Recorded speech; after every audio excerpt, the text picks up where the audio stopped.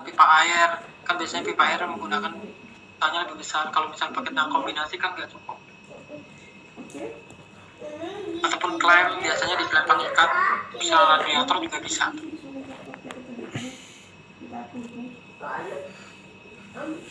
Baik, selanjutnya ini ada tang buaya ya. Ini udah sering dipakai lah bapak-bapak ya. Tang buaya. Ini juga ada namanya itu tang kupas kabel ataupun tang crimping. Ini untuk mengupas kabel, yaitu sering digunakan untuk mengupas atau memotong kabel. Biasanya untuk memasang terminal kabel. Jadi tang crimping ataupun tang kupas kabel ini adalah jenis tang yang paling banyak digunakan untuk memotong kawat kabel. Ya. Selanjutnya ada tang rivet. Ini ada yang pernah pakai? Rivet itu apa pak? Buatnya itu Sering pak, rivet pak. belak ya bisa. Untuk panel ya pak? Ya pak. Ya pak. Gimana? Buat template pak. Apa pak? Biasanya dipakai buat template pak. Template Buat biar pemasangan template, Pak. panen. Ketika pakai itu pakai Rivet. Ya, Rivet. rivet plier. Nah ini biasanya digunakan sebenarnya sih mirip paku ya pak, tapi dia bentuknya tang kan. Nah, ini juga kalau tang rivet kalau saya digunakan untuk pasang-pasang ini bodi-bodi panel. Misalnya kita kan butuh pasang ducting. Nah, itu biasanya kan pakai tang rivet. Ya ducting. Ducting, terus ada terminal juga ada yang terminal bus, itu kan juga biasanya menggunakan yaitu tang rivet. Kemudian selanjutnya yaitu adalah tang slip ring. Nah ini contoh ini bentuk-bentuk gambarnya. Tang kombinasi, tang lancip, tang potong. Ini yang biasa dijual itu secara paket. Ini ada 3 biasanya, tang kombinasi, tang lancip, tang potong. Kemudian ada tang sambungan slip. Ini juga ada tang air, ada tang buaya, ada tang kupas kabel. Ini tang kupas, atau juga ada tang rivet. Kemudian juga ada tang slip ring. Nah di sini macam-macam tampilannya. Kemudian yang ketiga ada kunci ataupun wrench ataupun spanner. Nah di sini itu alat mekanik yang terdiri dari besi baja yang dilapis dengan krom ataupun nikel yang biasanya agar tidak cepat rusak. Nah, fungsi-fungsi ini biasanya digunakan untuk memutar ataupun melepas, baik itu mengencangkan baut ataupun melepas baut ataupun mengencangkan mur ataupun melepas mur. Nah, jenis-jenis kunci ini memiliki kedua ujungnya, yaitu bentuk kunci seperti huruf C ataupun U dengan ukuran yang berbeda dari ujung satu ke ujung yang lainnya. Kemudian ada kunci ring, ini ya, yang biasa dipakai yaitu kunci ring, ada kunci soket, kemudian juga ada kunci Inggris, ada kunci L. Contohnya itu nih kunci pas. Ini kan biasa dipakai kunci pas, ada beberapa ukuran menyesuaikan dengan baut. Kemudian juga ada kunci Inggris, ada kunci kombinasi, ada juga yaitu kunci sok, biasa untuk memutar sok. Kemudian juga ada kunci ring, juga ada kunci L. Kemudian di peralatan tang lain yaitu adalah palu ataupun hammer. Nah di palu ini yaitu jenis hand tool yang digunakan untuk memberi tekanan atau sebagai pemukul dalam melepas atau memasang komponen-komponen mesin yang membutuhkan tekanan yang besar, yaitu seperti untuk memasang dan melepaskan bearing, melepaskan sambungan pada propeller, shaft, dan lain sebagainya. Ini di palu, nah biasanya kan untuk melepas, ya contohnya di melepas bearing, ini kan susah tuh untuk melepas bagian luar. Nah biar nanti dikeluarkan yaitu bola-bola di dalam dari bearing. Nah itu juga perlu adanya yaitu tekanan lebih besar. Nah itu biasanya menggunakan palu, kemudian dibantu dengan ada penitik ataupun dibantu dengan obeng. Nah itu juga bisa dipakai untuk melepaskan bearing. Untuk melepaskan bearing aja mungkin agak gampang, tapi yang susah nanti untuk yang ganti ketika akan melumasi oli di bearingnya, itu yang lebih susah. Selanjutnya yaitu di jenis-jenis palu, ini ada biasa digunakan yaitu ballpen hammer. Ini biasanya yaitu ballpen hammer atau palu konde. Ini mungkin ada yang pernah pakai.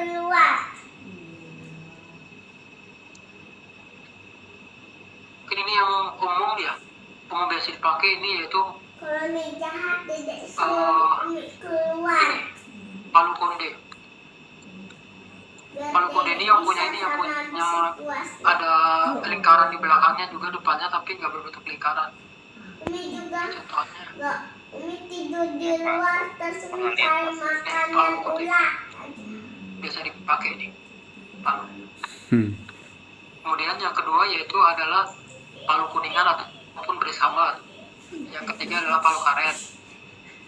Palu karet ini tentu beda ya. Kalau di palu karet itu kan kepalanya dari karet besi. Biasanya digunakan untuk pengerjaan apa, Pak?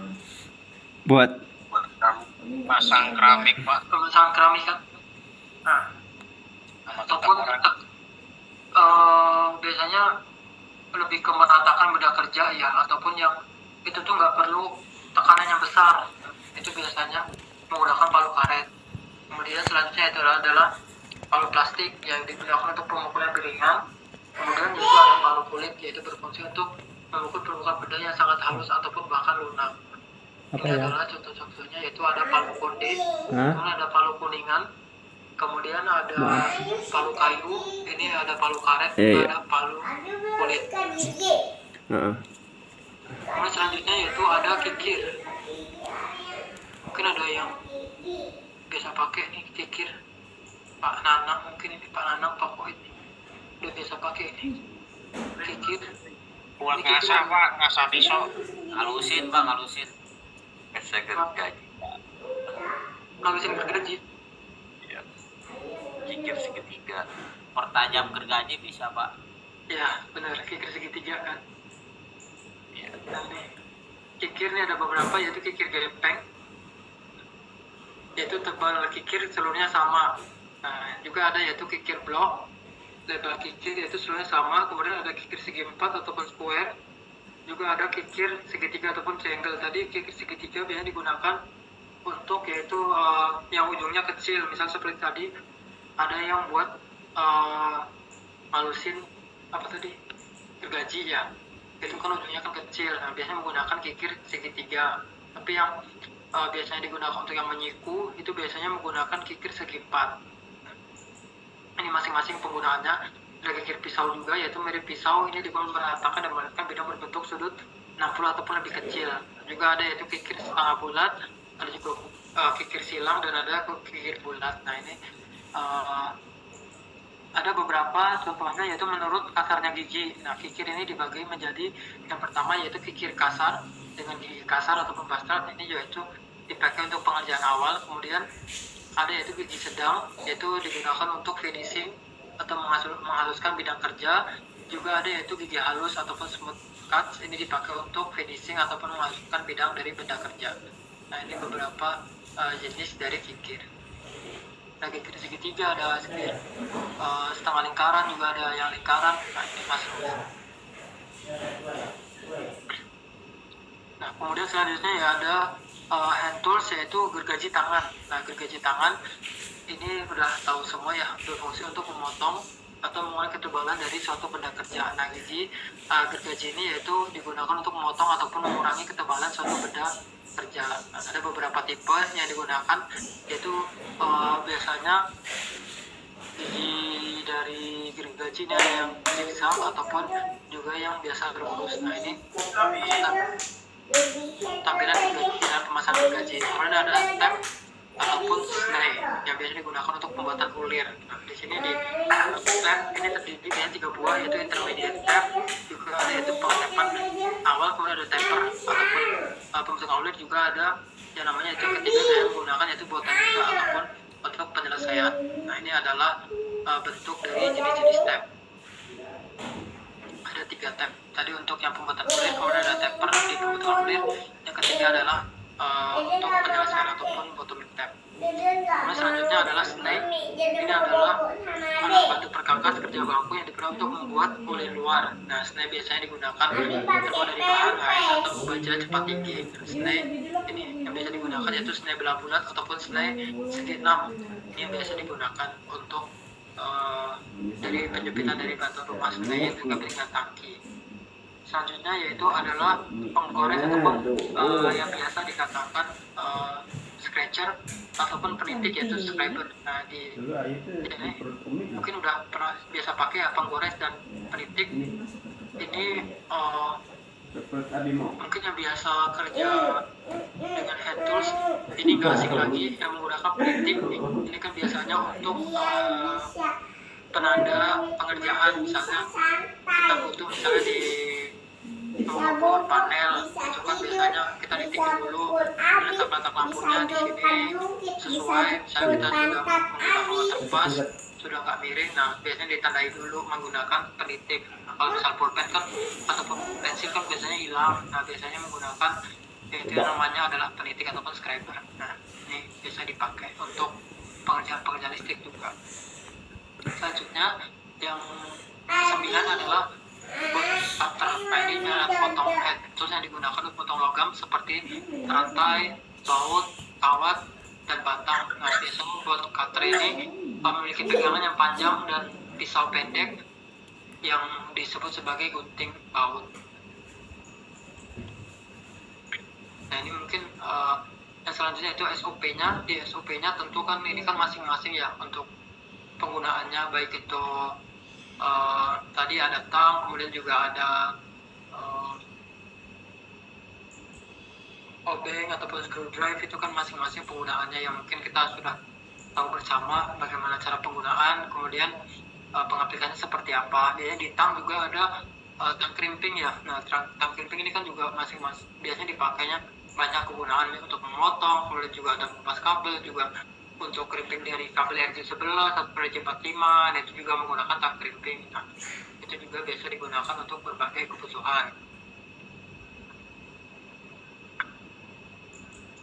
Ini untuk perawatannya, untuk hand tools tentu harus dijaga yaitu kebersihannya, yaitu setelah memakai kita biasanya yaitu harus ngelap dengan kanibo ataupun biasa digunakan yaitu cairan kimia yang biasa untuk menghilangkan karat. Nah, itu kan juga bisa digunakan biasanya apa ya, pakainya kan CW40 ya, itu juga biasa dipakai untuk pembersihan dari alat kerja ataupun hand tools. Nah, hand tools ini juga jangan ditinggal, ataupun kalau kita kerja jadi kita punya obeng, kita punya tang, kita punya peralatan hand tools, jangan kalau kerja ya kita kemasin lagi, jangan ditinggal-tinggal di mesin ataupun jangan tinggal-tinggal di tempat kerja, karena biasanya kan itu juga berbahaya untuk orang-orang yang tidak tahu, tiba-tiba keinjak terus kena kaki, sedangkan itu juga sudah berkarat. Nah, itu kan juga nggak bagus ketika kita ditinggalkan. Nah, biasanya juga kita punya hand tools, nah kita kerja di mesin yang bergerak, nah ternyata hand tools kita itu misal obeng kita itu ternyata masuk ke mesin, nah itu kan mesinnya jadi rusak karena kelalaian kita yaitu menggunakan hand tools tapi di mesin yang bergerak dan kita tinggalkan. Itu kan juga tidak bagus. Nah, karena kecelakaan kan kita tahu ya bisa terjadi di mana aja. Nah, jangan sampai biarin hand tools kita itu berada di dekat mesin yang masih bergerak ataupun masih dipakai untuk produksi. Nah, itu juga kan tidak bagus. Nah, selanjutnya yaitu dengan mengganti dari perkakas yang rusak. Jangan membiarkan perkakas yang rusak disimpan, karena jika memakai perkakas yang tidak layak maka bisa menimbulkan kerusakan pada objek yang diinginkan. Misalnya kita pernah buka baut, sedangkan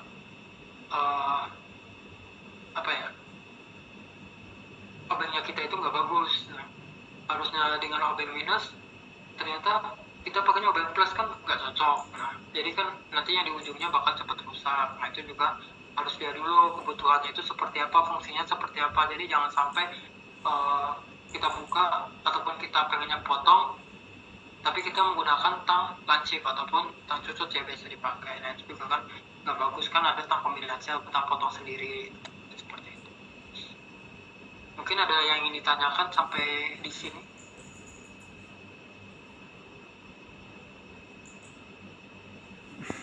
Saya mau nanya Pak, Iya Pak Koid, silakan Pak Koid.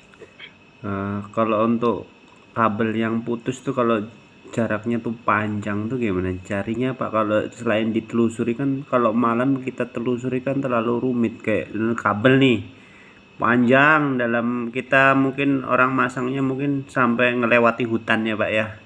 Kita Iya, mungkin putusnya di tengah-tengah atau di mana kita nggak tahu, harus kita telusuri malam-malam kan nggak mungkin. Apakah ada alat khusus biar langsung mendeteksi di mana posisi titik kabel itu putus gitu? Maksud saya itu seperti itu, gimana caranya? Ya Pak Koid, biasanya kalau di jaringan ya transmisi gitu kan menggunakan SCADA Pak. Nah, kalau secara langsung sih saya juga belum pernah mengukur, tapi kalau secara rumus itu ada namanya nanti yaitu direct Fourier dan transformasi Laplace. Itu bisa mengetahui kalau misalnya di tengah hutan, kemudian sedangkan di kantor distribusinya itu ada di tengah kota. Nah itu kan nggak bisa kedeteksi secara langsung, misalnya pohon tumbang. Nah itu biasanya kalau di PLN itu biasanya menggunakan sistem SCADA, jadi di mana itu kabel putus itu bakal kelihatan jangkauannya. Nah, sedangkan untuk yang secara manual ya tentu kan ada ini Pak, ada kabel detektor Pak. Yang tapi kan itu kan nggak ini ya, nggak bisa secara jauh. Itu kan cuma bisa biasanya digunakan untuk di peralatan-peralatan rumah tangga. Kalau itu ya pas palingan bisa menggunakan itu SCADA Pak. SCADA itu apa? Aku juga nggak paham SCADA. SCADA Pak, Supervisory Control Data Acquisition, itu biasanya udah otomatisasi dari monitoring sama controlling di sistem instalasi listrik Pak. Itu ada dia kelihatan putusnya di mana. Misalnya kalau PLN kan pengen memutus di daerah, misalnya di daerah Jakarta misalnya pengen diputus. Nah itu kan juga dari situ, dari sistem SCADA. Jadi ada sistem kontrolnya sendiri, biasanya menggunakan KMI gitu Pak. Oh Tapi enggak. kalau secara langsung untuk jangkauannya panjang, tentu kan harus ditelusuri dulu Pak, yang mana yang putus. Nah biasanya kalau putus kan juga apa ya, kalau kabel jaringan kan biasanya memang ini kan memang ada bus-busnya, bus stopnya. Nah itu kan juga misalnya ada yaitu terjadi kebakaran di situ. Nah itu kan juga langsung di situ diputuskan juga Pak itu. Enggak, maksud Jadi saya nggak merembet ke yang lainnya. Nah itu biasanya menggunakan sistem SCADA. Nah ini biasanya SCADA itu dipelajari di sistem otomatisasi jaringan instalasi listrik, itu ada. ya. Jadi belajar mengenai SCADA. Ya aku belum paham nih SCADA itu apa, juga nggak ngerti juga apa itu bentuknya alat apa gimana, saya nggak Ya paham. Pak, kalau SCADA bentuknya mirip-mirip banyak sensor sih Pak. Jadi kayak apa ya, kalau Pak, mungkin Pak Koid pernah ini nggak pernah pakai HMI gitu Pak. Nggak tahu, saya belum paham juga, saya nggak ngerti. Nah itu Pak, nanti mungkin agak dipelajari Pak, ini buat pengetahuan sekarang-sekarang Pak. Soalnya yang sekarang dipakai itu SCADA itu sama HMI sudah sangat berkembang, dan memang itu yang apa ya, lagi hangat-hangat untuk dipelajari gitu Pak. Ya asalkan kayak seperti kabel tadi tuh, kabel apa ya, tegangan rendah seperti SR itu kan yang 10 mili apa itu kan, terkadang kita kan kalau kabelnya jauh terus putusnya di tengah-tengah kan, di dalam kabel kita kan nggak tahu kan di mana. Iya Pak, benar Pak. Apalagi kita telusuri kan nggak mungkin kalau malam tuh kan, panjang itu di dalam hutan gitu nyambungnya apa namanya itunya, jaringannya itu kita kan Iya, bingung terkadang di situ.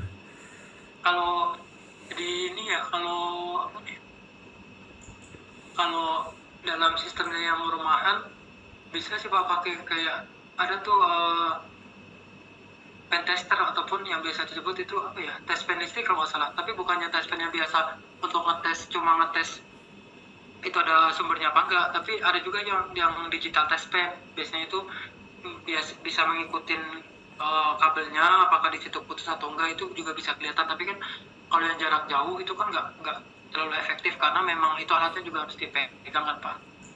Kalau yang biasa digunakan di PLN, mungkin ada yang bekerja di PLN mungkin pengen sharing. Nah kalau dari saya dulu, saya pernah ya pakai itu SCADA, jadi itu bisa pemodelannya. Kalau SCADA ini kan masing-masing ada yang SCADA untuk energi baru terbarukan, misalnya pakai PLTS, misalnya ternyata ini PLCS-nya inverternya nggak jalan. Nah itu juga bisa dilihat dari sistem SCADA-nya, di monitoring controllingnya juga. Kalau kabel putus itu juga bisa dilihat di mana kabel putusnya, seperti itu. Ya, aku sini belum paham sih SCADA kayak apa, bentuknya belum ngerti juga sih. Bendanya seperti apa saya nggak ngerti juga. Ya Pak, nanti semoga kita ini Pak ada dipelajari bareng-bareng Pak SCADA Pak. Mirip ini sih, kalau ada ini pengembangan dari PLC ataupun HMI. Kalau Pak Irfan kan sering tuh pakai PLC, nah mungkin udah sering pakai SCADA, sistem SCADA.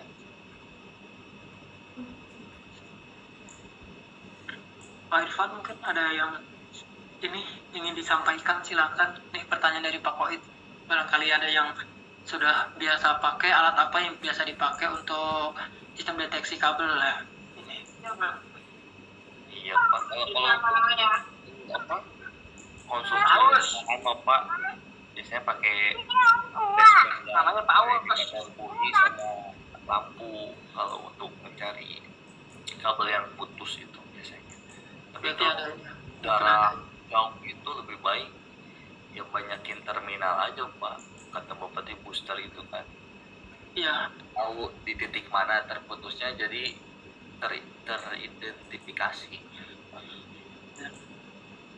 Kenapa? Kalau secara manual ya sejauh ini ya untuk alatnya untuk pasti di titik itunya ya susah Pak. Kalau manual mah lebih baik yang terprogram itu pasti ada betul. Biayanya mahal itu sana. Iya. Benar Pak. Jadi, Ratusan juta. Mungkin Pak Giri ada pernah pakai SCADA, ini ceritakan aja Pak. Kalau di SCADA kan itu butuh banyak trigger ya atau sensor ya. Iya benar Pak. Jadi sebuah sensor pembacaan ke PLC terus dikirim ke HMI buat operasinya gitu Pak. Benar Pak. Jadi kita termonitoring di HMI gitu kan, pembacaan dari sensor-sensor itu dikirim ke PLC terus diprogram lagi masuk ke HMI gitu kan. Ya. Ini buat monitoring gitu kalau di SCADA gitu kan, bisa ngoperasiin, monitoring, juga menganalisis dan data akuisisi itu Pak. Benar. Jadi kalau yang sekarang berkembang, dulu mungkin sekarang belum terlalu banyak, tapi kalau yang sekarang karena kan berkembangnya tuh kalau listrik tidak hanya diputus ataupun disambung lagi, tapi juga harus ada monitoring datanya. Nah monitoringnya sama akuisisi data tadi Pak Giri itu kan juga jelasin tuh, kalau SCADA pakai yaitu ada akuisisi data juga ada monitoring. Nah itu memang kalau di kelistrikan itu dibahasnya yaitu mengenai SCADA, tapi kalau untuk di microcontrol itu yaitu dibahas mengenai Internet of Things, karena di Internet of Things juga sama sistem kerjanya, yaitu ada akuisisi data juga ada monitoring sistemnya. Nah, itu kan juga kadang SCADA itu dibuat baik itu pakai PLC ataupun HMI, juga kadang dibikin dari sistem microcontroller dia yang menggunakan Arduino yang dicombine dengan beberapa sensor karena akan lebih murah biasanya. Nah, itu mulai SCADA kalau skalanya kecil dan di rumahan ataupun biasa di gedung-gedung sekolah itu biasanya SCADA-nya bukan dari PLC karena ini ya kadang anggarannya kan terlalu tinggi. Nah tadi Pak Giri juga bilang tuh hampir 100 juta lebih ya, memang ya kadang sampai 200 sampai ya 500 juta juga di SCADA, tapi ya itu keandalannya jadi lebih bagus karena bisa ngedeteksi monitoringnya di mana yang putus, kemudian di mana yang suplainya tidak bagus, frekuensi tidak bagus juga bisa dilihat dari beberapa sensor yang digunakan pada sistem SCADA. Sama kalau SCADA kan bisa beberapa PLC atau unit bisa disatuin di satu monitor itu kan Pak. Nah ya benar Pak, pakai Dengan yang lain. OMI berhanya SCADA gitu ya.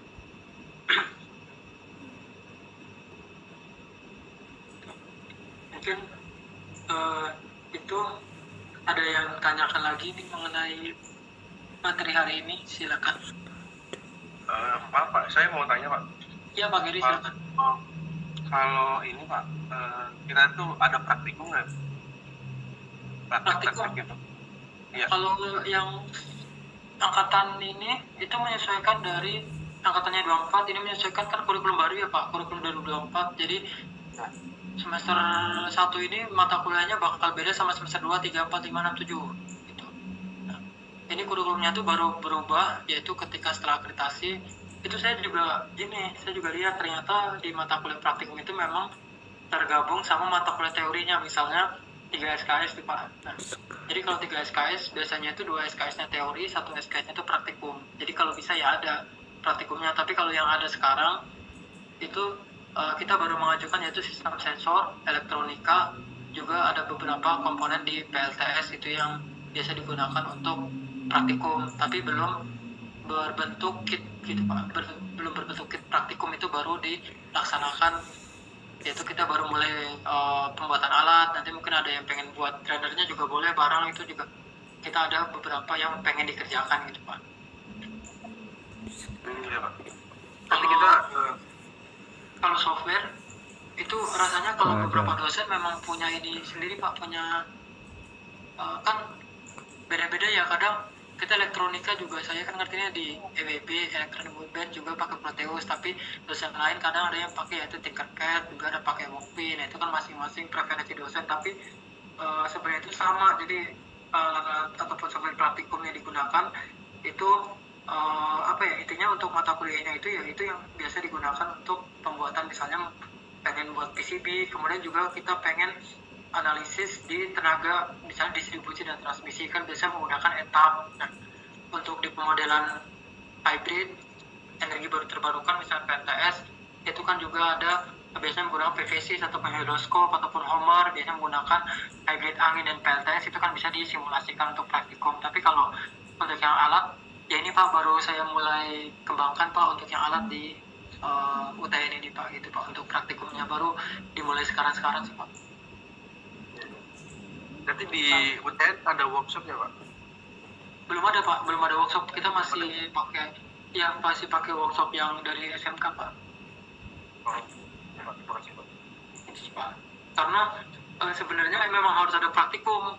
Nah, apalagi teknik kan. Nah, juga harus ada magang. Nah, sebenarnya kalau misal praktikum ini harus ada, tapi apakah mahasiswanya siap untuk datang ke kampus, kan itu yang ini yang dipikirkan lagi. Jadi takutnya kita udah kerjasama ya sama kampus, kalau misal kita nggak punya kan kita bakal kerjasama juga Pak. Nah, yang kerjasama ini takutnya kita udah kerjasama sama kampus lain, ternyata mahasiswanya nggak yang datang kalau praktikum, kan ini juga masalah buat di prodi juga gitu Pak. Nah, itu yang lagi dipikirkan sih Pak, karena kalau mengingat ya melihat di elektro industri gitu juga memang hampir semua mahasiswanya itu kerja. Jadi takutnya nanti pas kita buka buat praktikum hari Senin atau Selasa gitu kan nggak bisa. Kalau di Sabtu juga tahulah kalau hybrid Pak Irfan, berapa orang Pak Irfan biasanya 3, 4 gitu kan Pak Irfan. Nah, itu juga kan mengingat itu sih Pak, lebih ke mengingat yang saya takutnya kalau diadakan praktikum secara misal offline itu nggak ada yang datang juga, yang lain pada kerja, nanti takutnya malah ketinggalan gitu sih Pak. Tapi kalau misal ada disimulasikan, pasti nanti bisa disimulasikan dengan beberapa software yang ada gitu. Tapi memang kita masih buat pengajuan di pembuatan labor, juga ada pengajuan buat ini pembelian software yang bisa lisensi, jadi kita nggak pakai trial lagi seperti itu. Nanti kita pakai software apa Pak? Kalau apa Pak? Nanti kita pakai softwarenya apa? Kalau tergantung mata kuliah sih Pak. Kalau misal mata kuliah pemodelan itu kan menggunakan pemodelannya, misal pemodelan untuk pengolahan sinyal. Nah, itu kan biasanya menggunakan MATLAB, ada matematika laboratori. Kemudian untuk yang bikin sirkuit ataupun pembuatan PCB itu kan biasa menggunakan Proteus ataupun Electronic Workbench.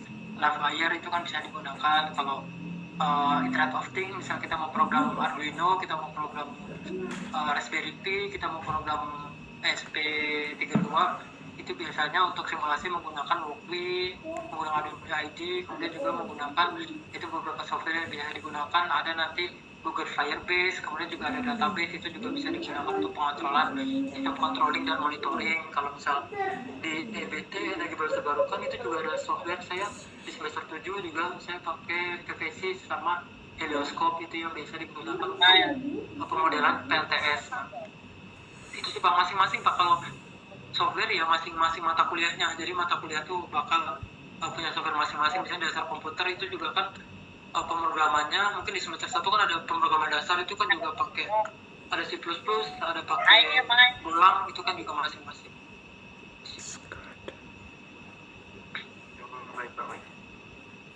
Siap Pak Giri, tapi kalau yang ini di mata kuliah dasar ini hanya pengalaman sih, lebih ke apa ya, ini tuh bakal dipelajari di mata kuliah yang lebih detail nanti di mata kuliah sendiri. Misalnya kayak bahan-bahan listrik itu ada mata kuliah sendiri. Nanti di kemarin kan kita bahas mengenai komponen elektro, itu juga ada mata kuliah sendiri. Di rangkaian elektronika juga ada di rangkaian listrik 1, itu kan tentang DC. Kemudian ini di hand tools itu juga ada nanti di pemeliharaan tenaga listrik, itu juga bakal dipelajari ke situ. Alat ukur, nanti ada pengukuran besaran listrik, itu juga beda lagi. Jadi belajar mengenai beberapa alat ukur itu secara langsung, baik itu pakai software ataupun secara langsung di kampus gitu.